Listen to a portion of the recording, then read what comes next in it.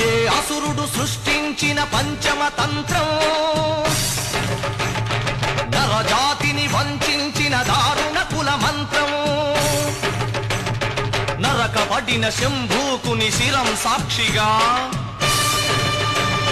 తెగిపడిన ఏకలవ్య బొటన వేలు సాక్షిగా, ముంతల చీపురుల మన దీనగతం సాక్షిగా,